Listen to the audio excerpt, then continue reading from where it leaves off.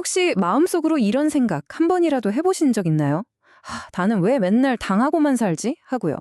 이용당하고 무시당하는 그 기분. 이건 그냥 좀 속상한 수준이 아니죠. 아주 깊고 아픈 심리적인 고통입니다.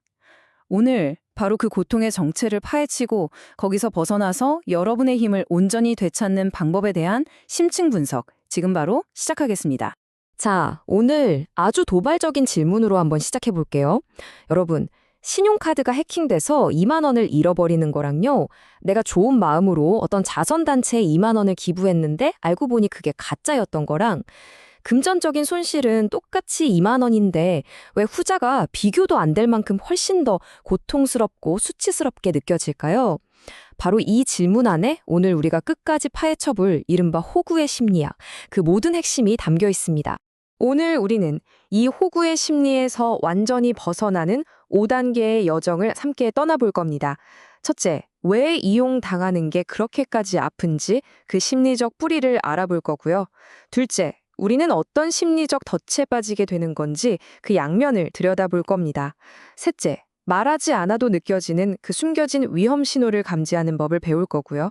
그리고 넷째, 갈등 없이 나를 지키는 아주 구체적인 대화 설계도, 마지막으로 여러분의 삶을 바꾸는 금수저 마인드셋까지 오늘 이 시간 정말 값진 시간이 될 거라고 확신합니다. 네, 첫 번째 섹션입니다. 호구가 되면 왜 이렇게까지 아픈 걸까? 그 배후에 있는 배신의 심리학에 대해서 이야기해 볼게요. 이게 왜 단순히 돈 몇 푼의 문제가 아니라 내 존재 자체를 막 뒤흔드는 그런 경험이 되는 건지 그 심리적인 메커니즘을 아주 제대로 파헤쳐 보겠습니다. 한번 보세요. 왼쪽에 있는 카드 해킹은요, 그냥 오늘 재수 없네? 하고 말 일이죠. 뭐 시스템의 문제고 나한테 직접적인 책임이 있는 건 아니잖아요. 그런데 오른쪽, 가짜 자선단체에 기부한 경우는요, 이야기가 완전히 달라집니다. 이건 내 판단력, 나의 선한 마음, 나의 지성이 누군가의 악의에 의해서 완전히 농락당한 사건이거든요. 내가 어떻게 그런 멍청한 짓을 할 수가 있지 하면서 분노의 화살이 바깥이 아니라 바로 나 자신에게로 향하게 돼요. 돈 2만 원을 잃은 것보다 내 자신이 바보가 되었다는 그 느낌, 그게 훨씬 더 아픈 거죠. 저명한 사회학자 어빙 고프먼이 이걸 체면의 문제로 설명했는데요. 이게 정말 기가 막힌 통찰입니다. 여러분, 인간은 사회적 동물이잖아요. 다른 사람들한테 내가 어떻게 비치느냐가 나의 생존과 직결된다고 본능적으로 느낀다는 거예요. 그런데 호구가 되었다는 건 내가 이 사회에서 쌓아올린 나의 체면, 나의 지위, 나의 판단력이 한순간에 와르르 무너지는 경험인 거죠. 이건 단순한 감정의 상처를 넘어서서요, 내 존재 가치에 대한 심각한 위협으로까지 느껴지기 때문에 그렇게 극심한 고통과 수치심을 동반하게 되는 겁니다. 그렇다면 이렇게나 고통스러운 관계는 도대체 어떻게 만들어지는 걸까요? 이게 아주 흥미로운데요. 이 문제는 거의 항상 두 가지 특정 성향이 마치 자석의 N극과 S극처럼 딱 만났을 때 발생합니다. 한쪽에는 착한 아이가 있고요. 다른 한쪽에는 특권의식을 가진 사람이 있죠. 이 두 가지 심리적 측면을 아주 깊이 있게 한번 들여다보겠습니다. 먼저 착한 아이 콤플렉스입니다. 이건 그냥 성격이 착하다는 뜻이 절대 아니에요. 심리학적으로 보면요, 그 뿌리에는 유기 공포, 즉 버림받을 것에 대한 아주 깊은 두려움이 있습니다. 어릴 적에 내가 어떤 생각이나 감정을 솔직하게 표현했을 때 부모님한테 거부당했던 경험이 반복되면요, 아이는 자신도 모르게 학습을 하게 돼요. 내 진짜 모습을 드러내면 사랑받을 수 없구나. 그래서 자신의 진짜 욕구는 깊숙이 억누르고 다른 사람의 기대에 맞추는 착한 아이라는 가면을 쓰게 되는 거죠. 이게 바로 착한 아이 콤플렉스의 아주 슬픈 핵심입니다. 그리고 그 반대편에는 바로 특권 의식을 가진 사람이 있습니다. 이 사람들은요, 자기가 특별한 대우를 받는 게 너무나 당연하다고 생각해요. 다른 사람의 시간, 에너지, 감정 같은 건 존중할 생각이 없으면서 오로지 자신의 필요가 최우선으로 채워져야 한다고 믿는 거죠. 바로 이 특권 의식이 착한 아이가 가진 인정받고 싶은 욕구라는 그 취약한 틈을 정확하게 파고드는 외부의 압력이 되는 겁니다. 이 둘의 조합은요, 정말 최악의 시너지를 만들어냅니다. 근데 특권의식이라고 해서 항상 내가 왕이야 이렇게 소리치는 건 아니거든요. 크게 두 가지 유형이 있습니다. 왼쪽의 노골적인 특권의식은 사실 알아보기 쉬워요. 대놓고 요구하고 자기 중심적이죠. 하지만 정말 위험하고 교묘한 건 바로 오른쪽의 은밀한 특권의식입니다. 이 사람들은 피해자의 가면을 써요. 나는 이렇게 힘들고 약하니까 네가 나를 챙겨줘야만 해. 라는 식으로 끊임없이 정서적으로 기대고 의존하려고 하죠. 이게 왜 그렇게 교묘하냐면 착한 아이 입장에서는 그들을 돕는 게 선하고 옳은 일처럼 느껴지기 때문이죠. 하지만 본질은 똑같습니다. 상대방의 에너지를 일방적으로 착취하고 있다는 점이죠. 자, 그럼 이런 관계의 불균형을 어떻게 미리 알아차릴 수 있을까요? 사실 우리 몸은요, 우리가 생각하는 것보다 훨씬 더 똑똑합니다. 어떤 말이 오가기도 전에 아주 미묘한 비언어적인 신호들을 통해서 힘의 불균형을 이미 감지하고 있거든요. 이번에는 그 숨겨진 신호들을 읽어내는 법을 한번 배워보겠습니다. 여러 심리학 연구에서 아주 일관되게 나타나는 결과들입니다. 지배적인 성향의 사람들은 왜 더 큰 목소리를 낼까요? 그건 무의식적으로 더 많은 심리적, 물리적인 공간을 차지해서 자기 존재감을 드러내려는 신호예요. 말을 더 많이 하고 상대방의 말을 중간에 딱 끊는 건 이 대화의 주도권을 내가 장악하겠다는 본능적인 표현이죠. 반면에 복종적이거나 긴장한 상태의 사람들은 목소리가 점점 작아지고 어깨가 움츠러들고 몸이 경직됩니다. 스스로를 작게 만들어서 나는 위협적이지 않아요 라는 신호를 보내는 거예요.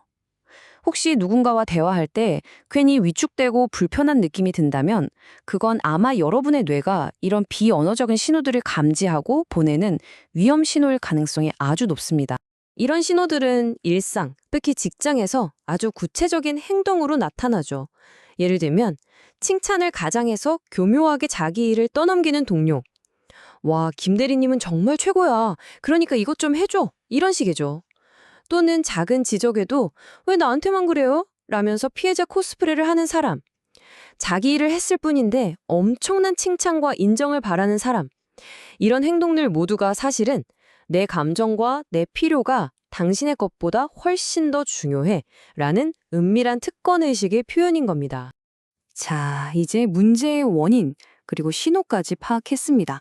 그럼 이제 가장 중요한 부분이죠. 그래서 이제 어떻게 해야 할까요? 여기서 감정적으로 폭발하지 않고 관계를 완전히 망치지도 않으면서 내 권리를 지킬 수 있는 아주 과학적이고 효과적인 대화법, 말하자면 대화의 내비게이션 같은 것을 소개해드리겠습니다. 바로 디얼맨 기법입니다. 이건 변증법적 행동치료, DBT라는 심리치료에서 사용하는 아주 강력한 도구인데요. 각 단계가 정말 치밀한 심리적 효과를 노리고 설계되었어요. D, describe, 사실 묘사는 너는 맨날 불평만 해 같은 비난이 아니라 우리가 대화할 때 종종 일에 대한 불평을 하는 것 같아 처럼 객관적인 사실로 시작해서 상대방의 방어벽을 낮추는 효과를 하고요. E, express, 감정 표현은 너 때문에 힘들어? 가 아니라 나는 스트레스를 받는 기분이 들어 처럼 나를 주어로 해서 내 감정에 대한 소유권을 주장하고 상대가 이걸 공격으로 느끼지 않게 만들죠. A, assert, 요구 주장은 명확하고 단호하게. R, reinforce, 긍정적 결과 강조는 이 요구가 상대를 공격하는 게 아니라 우리 관계를 더 좋게 만들기 위한 것이라는 프레임을 씌워주는 아주 중요한 단계입니다. 그리고 M에는 대화 중의 마음가짐과 태도를 말하는 거고요. 그럼 이 디얼맨 기법을 실제 상황에 한번 적용해 볼까요? 매일같이 찾아와서 불평만 들어놓아서 내 에너지를 쏙 빼가는 동료가 있다고 한번 상상해 보세요. 자, 이렇게 말하는 겁니다. 우리가 대화할 때 종종 일에 대한 불평을 많이 하는 것 같아요. 사실 묘사로 방어벽 해제. 그럴 때마다 저는 좀 더 스트레스를 받는 기분이 들어요. 비난 없이 내 감정 전달. 그래서 앞으로는 우리가 좀 더 긍정적인 주제로 대화하면 어떨까 싶어요. 명확한 요구. 그렇게 하면 우리 관계도 더 좋아지고 둘 다 덜 지치지 않을까요?